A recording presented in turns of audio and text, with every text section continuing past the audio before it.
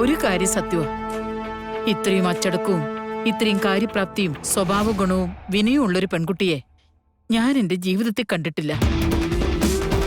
ഈ നാട് മുഴുവൻ തേടി നടന്നാലും അങ്ങനെ ഒരുത്തെ കണ്ടെത്താനും പറ്റില്ല.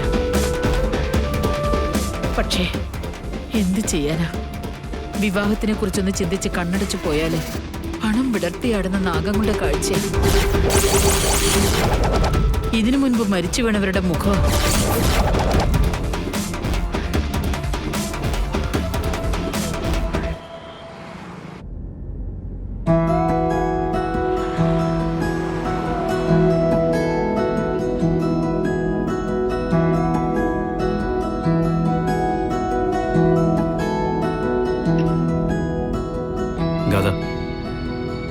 തനിക്കെടുത്ത് പുച്ഛം തോന്നുന്നുണ്ടോ?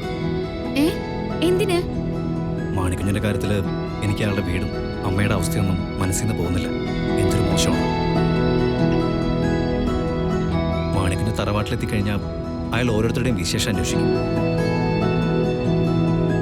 മുത്തശ്ശിക്കോ അമ്മയ്ക്കോ അച്ഛനോ വയ്യാതായാലേ ഓരോ നേരം കഴിക്കുന്ന മരുന്നിനെ കുറിച്ച് പോലും അയാൾക്ക് ധാരണയുണ്ടാവും. അതയാള് ശമ്പളക്കാരനായതുകൊണ്ടല്ലേ? കഥ പ്ലീസ്, ഞാനെല്ലാം അന്വേഷിക്കണമായിരുന്നു. അയാൾക്ക് വേണ്ടുന്ന സൗകര്യങ്ങളൊക്കെ ചെയ്തു കൊടുക്കണമായിരുന്നു. കൂടെ നിൽക്കുന്നവരുടെ മനസ്സും അവരുടെ വിഷമവും അറിയാത്തവര് എത്ര പണക്കാരായാലും നല്ലവരല്ല. Yes, you are correct. എൻ്റെ ഭാഗത്തുനിന്ന് പിഴവുകൾ മാത്രമേ പറ്റിയിട്ടുള്ളൂ. എല്ലാം എനിക്ക് തിരുത്തണം കഥ. മാണിക്കുഞ്ഞിനെ നവീൻ സംശയിച്ചു. അത് തെറ്റാണെന്നറിഞ്ഞപ്പോ നവീൻ അത് തിരുത്തി. അത് ആർക്കും ചെയ്യാവുന്ന ഒരു കാര്യമാണ്. പക്ഷേ വേണ്ടത് അതല്ല. നമ്മുടെ കൺമുന്നിൽ നിന്ന് നമ്മളെ നോക്കി ചിരിക്കുന്നവർക്ക് ആത്മാർത്ഥതയുണ്ടോ എന്നറിയണം. നമ്മുടെ മുന്നില് ചിരിക്കാതെ നിൽക്കുന്നവർക്ക് നമ്മളോട് സ്നേഹമുണ്ടോ എന്നറിയണം. അല്ലാതെ മുഖം നോക്കിയും മുഖത്തെ ചിരി നോക്കിയും ഒരാളെ വിലയിരുത്താൻ പാടില്ല.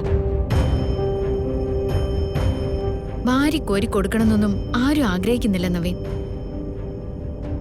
ചെറിയ ചെറിയ പരിഗണനകളാ എല്ലാവരുടെയും ആവശ്യം. അത് കിട്ടിയാ അവര് ഹാപ്പി ആയിരിക്കും. ഗാഥ, തന്നെ ഞാൻ കുറെ മുൻപേ കാണേണ്ടതായിരുന്നു. ഒരുപക്ഷെ അങ്ങനെ സംഭവിച്ചിരുന്നെങ്കിൽ ഞാൻ എന്നെ വല്ലാതെ തിരുത്തിയേനെ. താങ്ക്സ് ഗാഥ. പണത്തിന്റെ പിന്നാലെ മാത്രം പോവാൻ അറിയുന്ന എനിക്ക് ജീവിതം കാണിച്ചു തന്നെ, അതിന്റെ സൗന്ദര്യം മനസ്സിലാക്കി തന്നെ.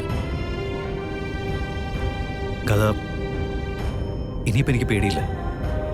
താൻ എൻ്റെ കൂടെ ഉണ്ടാവുമല്ലോ. എന്നെ തിരുത്താനുള്ള എല്ലാ സ്വാതന്ത്ര്യവും ഞാൻ നിനക്ക് വിട്ടുതരാം. എന്നിട്ട് വളരെ പെട്ടെന്ന് തന്നെ അച്ചടക്കമുള്ള ഒരു കുട്ടിയായിട്ട് മാറുകയും ചെയ്യും. കുട്ടിയോ? യെസ്, താനല്ലേ ഇപ്പം എൻ്റെ ടീച്ചർ,